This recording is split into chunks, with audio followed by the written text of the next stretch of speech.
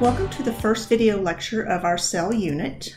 So you will find the video notes in OneNote, so go ahead and access that. So we're going to look at what is a cell, talk about some scientists, and the organelles is going to be the basis for this particular lecture.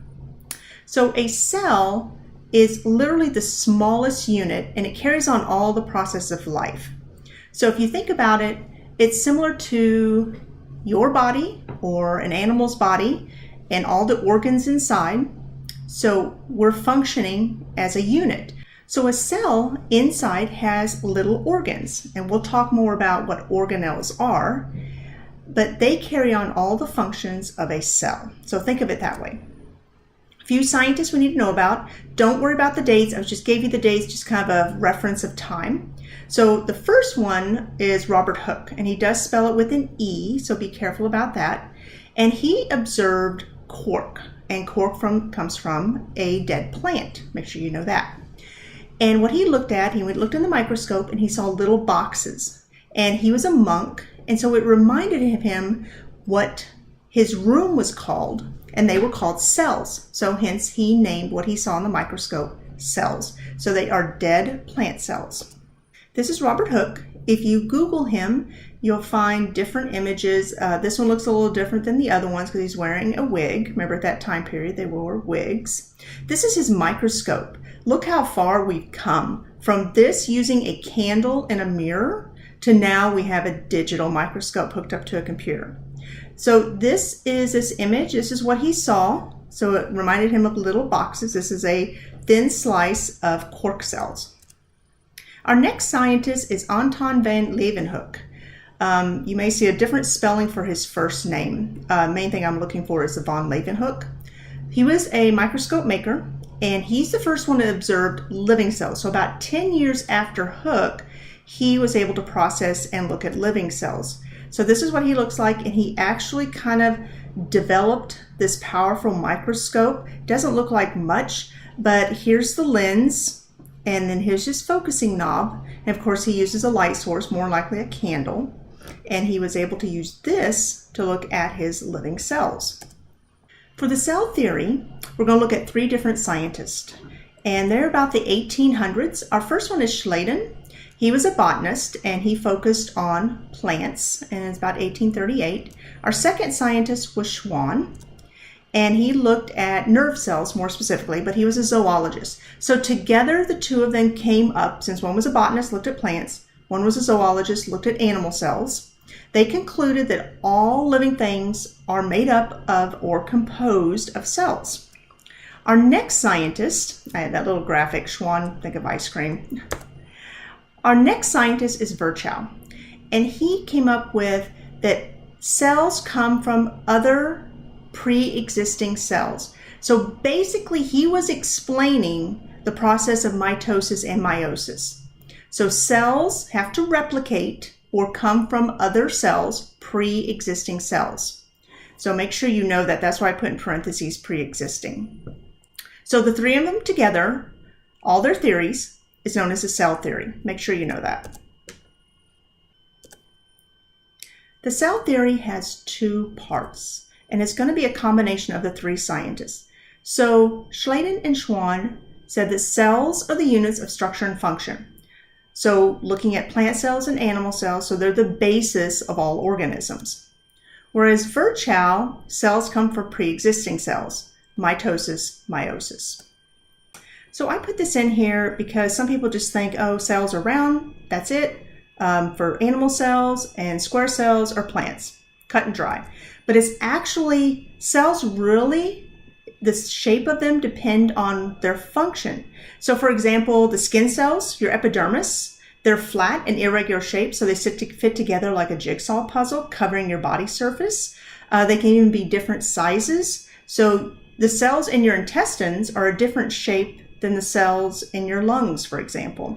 And they have other features that go with them, other structures. But if you take anatomy, you'll get more into that. Now, back to the organelle. I mentioned it briefly at the beginning when we were talking and defining a cell. So an organelle literally translates to little organ. And so each little organelle inside the cell, remember we're inside the cell, it's going to perform a very specific function. And I'm going to give you some examples of ways to remember it if you want to. So, for example, the nucleus is an organelle. So, defining prokaryotes and eukaryotes.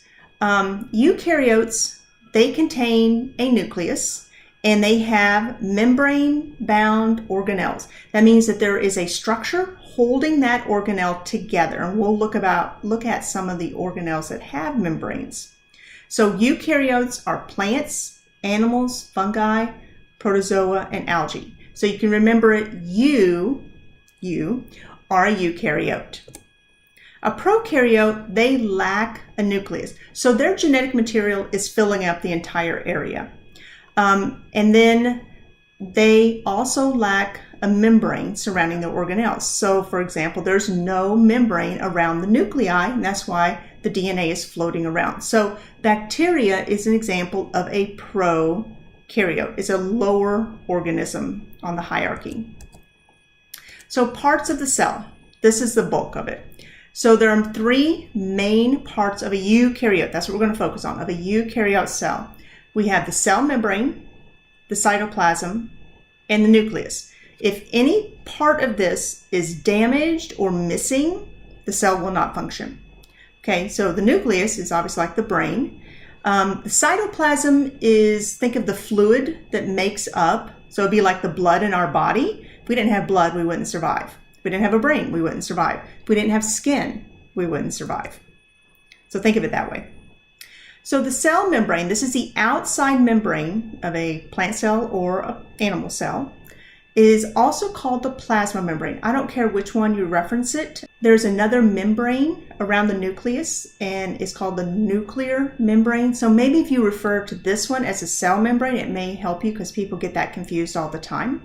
So it's the outer boundary. So in animal cells, this is the only boundary between the outside and the organelles. And when we look at plant cells, there's actually another barrier. It's called a cell wall. Now the cell membrane, whether it's in a plant or an animal, is composed of what's called a phospholipid, and it's actually called a bilayer. Phospholipid bilayer. So they are two layers, and I'll show you an image of it in just a second.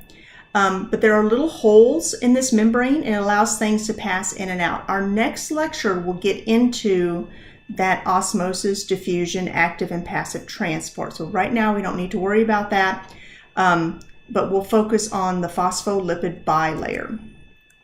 And I mentioned that in plants, they have a cell wall, animals do not.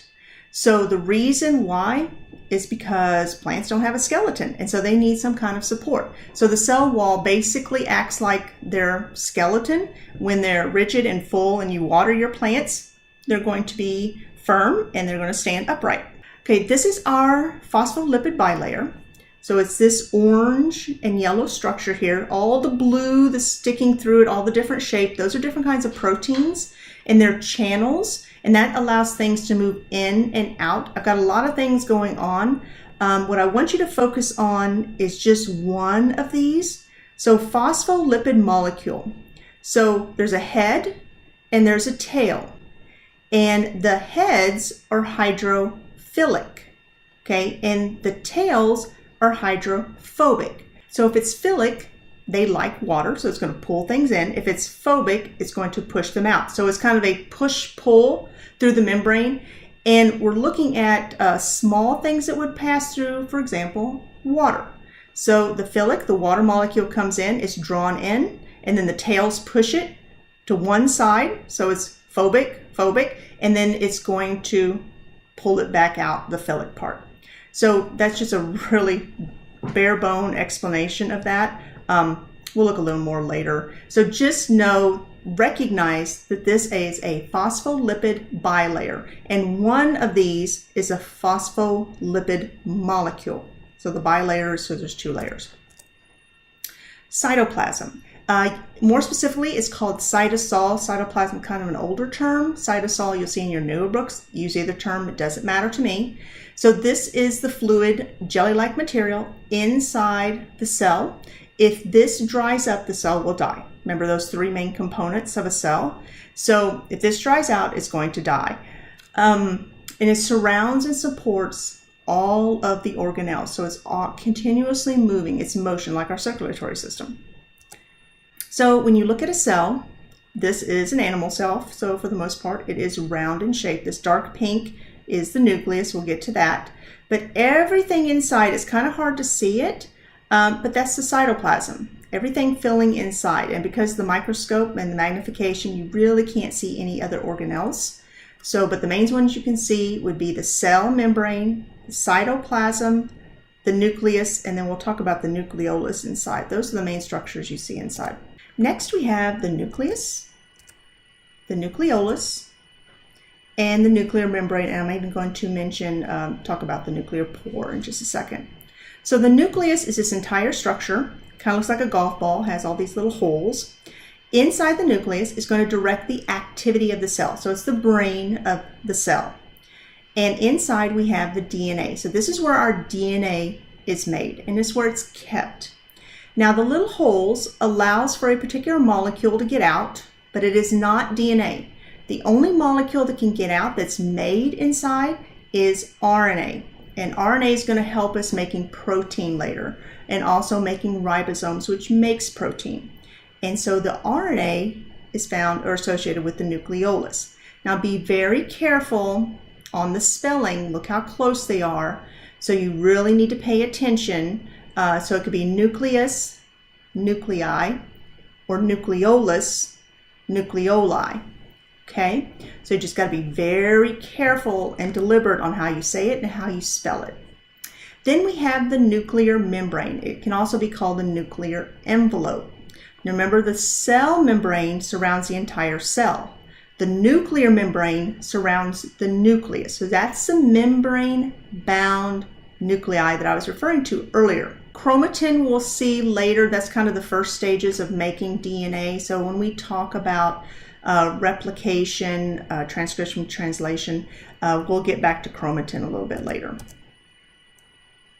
So the ribosomes is where protein is going to be made, and they actually look like there's two parts to it.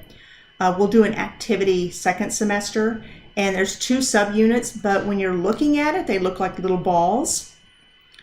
Another structure, and I'll come back to the ribosome in just a second, the endoplasmic reticulum.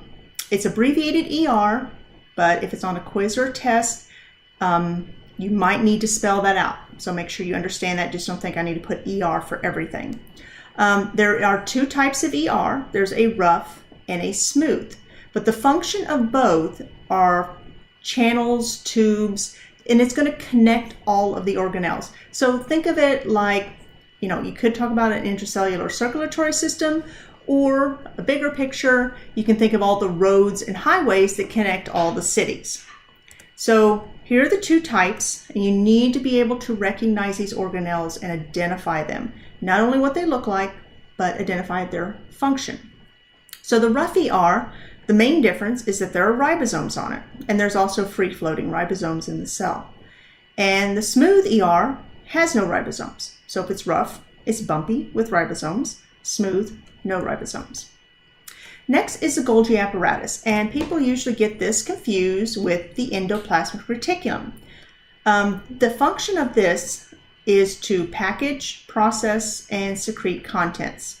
So if you look at the diagram on the right, you can see here's the Golgi apparatus. It can also be called the Golgi body or the Golgi complex. So there's three different terms you can use for this. You can use any three that you want to. So Golgi apparatus, Golgi body, Golgi complex. It doesn't matter. So you can see here they're like little flattened sacs, and they're going to pinch off, and then they'll take whatever they want to get rid of, usually a waste, and it'll dump it outside the cell. So process, package, secrete. Now, how you can tell a Golgi apparatus or Golgi body from the endoplasmic reticulum, if you look very close, the ER on this side are connected highways. Okay, see how they're connected? Okay, so they're all interconnected, so I can actually follow that through. There's no connections with the Golgi body. They're actually independent flat sacs, and so they just kind of pinch off and go off. So there's no interconnection between them. So think of it like the Golgi apparatus would be like a stack of pancakes almost. You want to think of it that way. So you do need to be able to know the difference between the two. The mitochondria is sometimes called the energy powerhouse of the cell. The mitochondria has its own DNA. So the nucleus and the mitochondria are the two organelles that have their own DNA. And the reason why the mitochondria does is it needs to make ATP so quickly that it needs to be able to generate and make new mitochondria if it needs it. So ATP is the energy.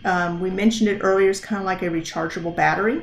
So when it kind of wears down, then it becomes ADP or AMP. And so how you can identify this, it kind of looks like a bean shape. And then it has this folding complex back and forth, kind of like a ribbon that's laying in it. Okay. And so inside that, those two membranes is where the ATP is going to be found. A lysosome is an organelle, and there's several of them found throughout the cell, and they're really responsible for digesting particles. So be like our stomach. So they're going to break down old used things, and then it's going to get rid of it. Okay. So here's an example. So possibly the Golgi kind of packaged some old organelles maybe, and lysosomes are added to it right here, and it's going to digest it, and then it's going to get rid of it. So it's not a really definite picture. This is just one image that is green inside, but it's all smooth. There's nothing really inside, but there are digestive juices inside.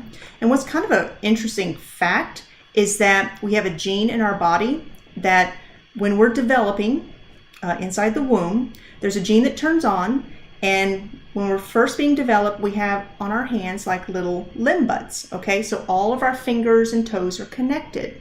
And so the gene turns on, and there are actually lysosomes, digestive enzymes, that eats, I know that sounds really bad, but it eats the tissue between our fingers, okay? Now, people who have webbed toes, sometimes that gene turns off a little too soon, and it doesn't finish the process.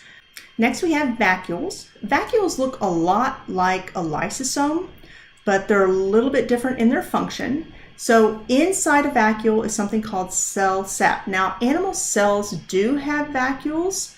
They're much smaller, about the size of a lysosome. A vacuole in a plant takes up about 90% of the cell. Okay, so if they are in plants, they're very, very small. So it's going to store the enzymes. So it kind of a similar function. So they do have enzymes, they do have waste products. So it's a fluid-filled cavity. Cytoskeleton. Cytoskeleton gives structure and framework to the cell. So there's actually two parts. There's microtubules and microfilaments, and both are protein. And what's going to happen, the tubules and the filaments, depending on the size of it. So tubule are actual tubes, they're very thicker, and the filaments are fine threads. And let me just show you a picture of this. And so what they do, so let's say this is a ribosome. Okay, there's little ribosomes on this, but we have the tubule. So here's a tubule here. So it's like a long beam, and connecting between it would be the microfilaments. Anything that gives structure, bridges have this also, kind of this pattern. So anything that you're kind of weaving back and forth that cross each other will help give support. Kind of shifting gears a little bit here. There's cilia, and you find that on the outside of sometimes cells or even organisms, and it's used for movement. So for example, cilia, we have that in our respiratory tract. So we have it, it helps collect dirt. So if it's really, really dirty outside, it'll collect a lot of that dirt, but if there's a lot, it will get down into our lungs. So there's kind of this waving cilia, and there's mucus associated with it. Now for little organisms, it helps them to move through their environment. Flagella is a much longer cilia. It can occur by itself or in pairs, and the best example would be sperm. This is how they move through locomotion. So it's the tail of the sperm, and it's made up of microtubules. And there's actually right behind the head of the sperm, there's a mid-piece and it's just packed full of mitochondria, which is energy to help the flagella move. Just another image of that. Chloroplast. Chloroplasts are only found in plants. So it's what gives the plants their color. It has a pigment called chlorophyll. And this is just an example. When we talk about plants and photosynthesis, etc., we'll get more into this. Right now, just know its basic function. So we'll talk more about a thylakoid and a grana a little bit later. The chloroplast, that is the structure. Chlorophyll is the pigment. Okay, so those are not interchangeable, but they are connected. So it's the green pigment. So the pigment in the chloroplast of the plants absorb the light energy, and then it uses that light energy going through the process of photosynthesis to make food for the plant. Then we have centrioles. Centrioles are found primarily in animal cells, and their function is whenever the cell needs to divide, let's say through mitosis, it always occurs in pairs, and they always align themselves in a T pattern, okay, just how they're sitting next to each other. And you're going to find them always next to the nucleus, because when it comes time for mitosis, what they're going to do is they will separate. One will go to one side of the nucleus, one will go to the other, and then they'll help pull those chromosomes, the DNA, apart. But there's a lot of other steps in between. But just know that their function is in cell reproduction. So when it comes time for the cell to replicate, those play a vital role. So how are cells organized? There's something called cell specialization. And all that means is that each cell has a very specific job. It's built for that job. So remember when I was in the beginning, I was saying that cells are different shapes and sizes, like our skin cells is flat and fit together like a jigsaw puzzle. So that is a very specialized cell for protection. So when we're looking at, if you want to think of it as a hierarchy, kind of the basic. So the organelle are inside each cell. Then cells, when you put a group of cells together, is going to make a tissue. When you have similar tissues, it will make an organ. And when you have several organs together performing the same function, it makes a system. So the skin is a tissue organ, and so that's epithelial cells. The stomach is an organ, and then the organ with the intestines, etc., that makes up a system, the digestive system. Kind of the last thing, we have something a little bit different. It's a special kind of organism. It's a Volvox. You're going to see that again a little bit later. And it's green algae. And basically all that is just a colony of similar cells that live together into a connected group. So this is all algae, and they make just balls of algae, and they're doing some really cool research with algae now with biofuels, etc. So they're finding that there's a lot of energy inside this little organism. Okay, so here's a little question. You may see this again some other time. So Robert Hooke coined the word cell from his observations of what? So we had talked about how he named it. His room was a cell, but what was he looking at? What organelle? Give you a second. How many said the cell wall? So if you look back at that image, all those little boxes, he was looking at the cell wall. So if you need to, that's a lot of information. You will need to know structure, function, be able to identify according to the pictures. So questions, like always, see me in class.